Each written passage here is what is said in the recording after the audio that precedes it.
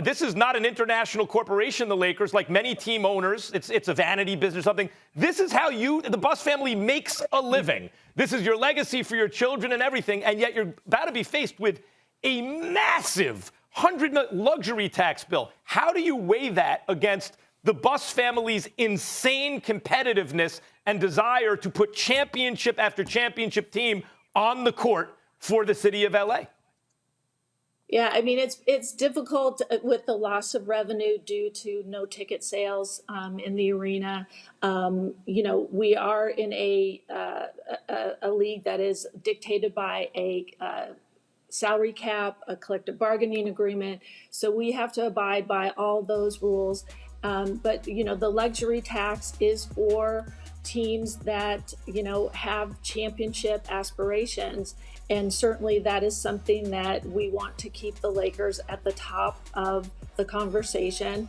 And, once LeBron James decided to join the Lakers, the way he's playing, he doesn't seem like he's 36 years old. But when you have a player like LeBron James on your team, you got to go for it. You got to use that opportunity to win. So, we'll manage the cap just like every other team in the league has to do. We play by the same rules. Got to ask you, how much time left do you think LeBron James has? I mean, he looks like it's endless. It looks like he can keep on going and going and going, like a Duracell battery, for crying out loud. I got to ask you, have you received any kind of indication where it's just going to be a couple of years, he just wants to get a solid 20 seasons in? Or do you have this mentality that, he's giving you every indication he's going to play for years to come? What do you get from talking to LeBron James about his future? It is like a really good match. We want him to stay around as long as he wants to stay around. Kareem Abdul-Jabbar played till he was 42. LeBron said something the other day about how he probably won't play when he's 46. So maybe somewhere between, now and 46, so another 10 years, somewhere, whatever he wants to do. We love having him. I have to say he drafted a really good all-star team yesterday. Yes, he did. The all-star game. He knows basketball. He's competitive. It's just we're having a lot of fun having him around. But the one thing that's missing are the fans. Mm-hmm. Now, Jeanie, there's been some discussion about changing the league logo. Why do you think that Kobe Bryant should be the new face of the NBA logo?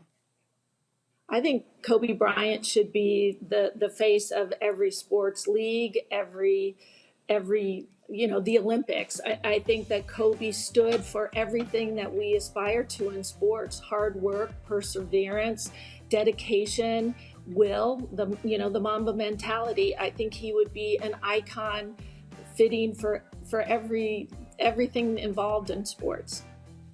Why do you feel, Jeanie, you mentioned it earlier, and I've heard you talk about being the steward of the team as though it's a public trust, the Lakers, even though it's privately owned.